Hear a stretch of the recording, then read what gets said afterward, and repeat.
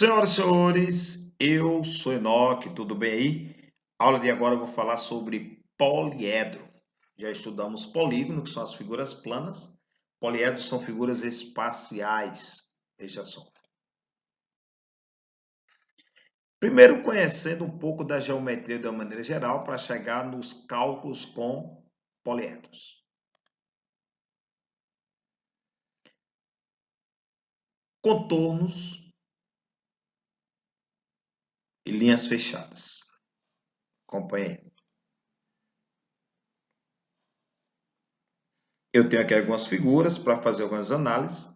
Contornos e linhas abertas têm uma única dimensão, o comprimento. Acompanhe essas situações, coloquei para exemplificar, para mostrar para vocês o que é uma linha fechada e o que é uma linha aberta. Fechada é que está tudo ali. Tudo isso é um poliedro? Não. Estou mostrando de uma maneira geral para que você tenha uma noção, para que você entenda, para que você compreenda, porque acima de tudo, eu sou Enoque.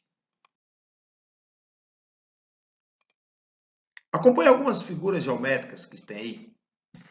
Então, essa daqui, tem essa daqui, tem essa outra, tem essa outra, tem essa outra, tem essa outra. Algumas espaciais também são chamadas de tridimensionais, que é a região de cada uma. As regiões planas também são chamadas de bidimensional. Então, com 3 dimensões, a gente chama de tridimensionais, que é altura, largura e comprimento, ou situações desse tipo. Com duas, eu chamo também de bidimensional, porque tem 2 dimensões. Eu sou Enoque. Tendo uma visão para entender o que é poliedro, coloquei aqui nos sólidos geométricos esses poliedros. Apresenta somente faces planas. Então, poliedro, o conceito mais adequado, é toda figura geométrica formada por figuras planas. Eu tenho aqui os corpos redondos. Tem uma bola, tem um cone, tem um cilindro e assim sucessivamente. É importante o conhecimento das figuras que a gente vai calcular essa. Você que vai fazer o Enem, vai fazer um concurso, vai fazer o vestibular. Você, meus alunos, tem que estar ligado em tudo isso aí. Conhecer e identificar quem são as figuras. Então, quais são os elementos de um poliedro? Temos aqui vértices, temos aqui arestas e temos aqui a base, que são as faces. Os elementos de um poliedro são vértice, aresta e base. Coloquei aqui como exemplo de um prisma. Um prisma ele pode ser reto ou pode ser oblíquo. Tudo bem? Mas o foco principal da aula de hoje é estudar necessariamente os poliedros, aprofundar. Temos também as pirâmides. Pirâmides é quando eu tenho uma figura plana e apenas um vértice externo. Tudo bem? O nome dela é de acordo com a base. Se eu tiver 1, 2, 3, 4, 5, 6 lados aqui, posso dizer que eu tenho um prisma hexagonal. Aqui eu tenho um tetraedro. Eu tenho aqui uma pirâmide base quadrangular.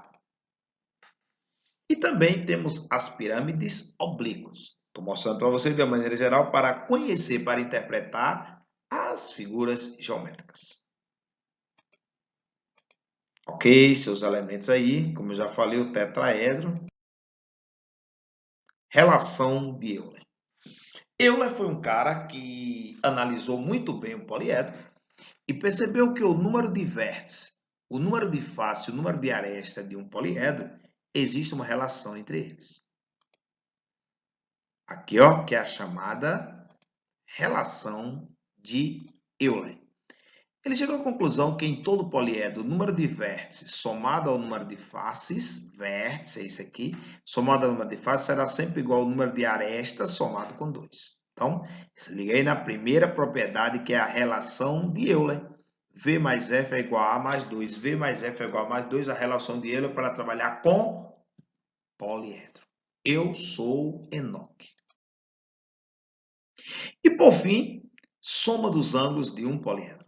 É possível somar todos os ângulos de um poliedro. Como é que soma? Para somar, eu tenho que conhecer como é formado esse poliedro. Meu amigo, minha amiga, se você pegar 10 quadrados, 30 triângulos, se você conseguir montar, você vai ter um poliedro. Poliedro não é necessário que eles sejam bonitos. Pode ser feio também. Basta, por exemplo, uma bola de futebol. Uma bola de futebol é um poliedro, porque ela é formada por hexágonos e pentágonos. Tudo bem? Já uma bola de vôlei não é um poliedro. Então, em determinadas situações, eu vou precisar o número de vértices, a soma dos ângulos internos desse poliedro. Então, basta pegar o seguinte: a fórmula padrão é para saber a soma dos ângulos internos. Soma dos ângulos internos é igual a V menos 2, ou seja, o total de vértices que eu mostrei aí na estante, menos 2 vezes 360. Coloquei aqui um exemplo. Uma pirâmide base quadrada. Pirâmide base quadrada vai ter 5 vértices, 4 embaixo e 1 em cima. Qual é a soma dos ângulos internos? Então, já como eu sei que é 5, eu peguei 5 menos 2, 3 vezes 360, 1080.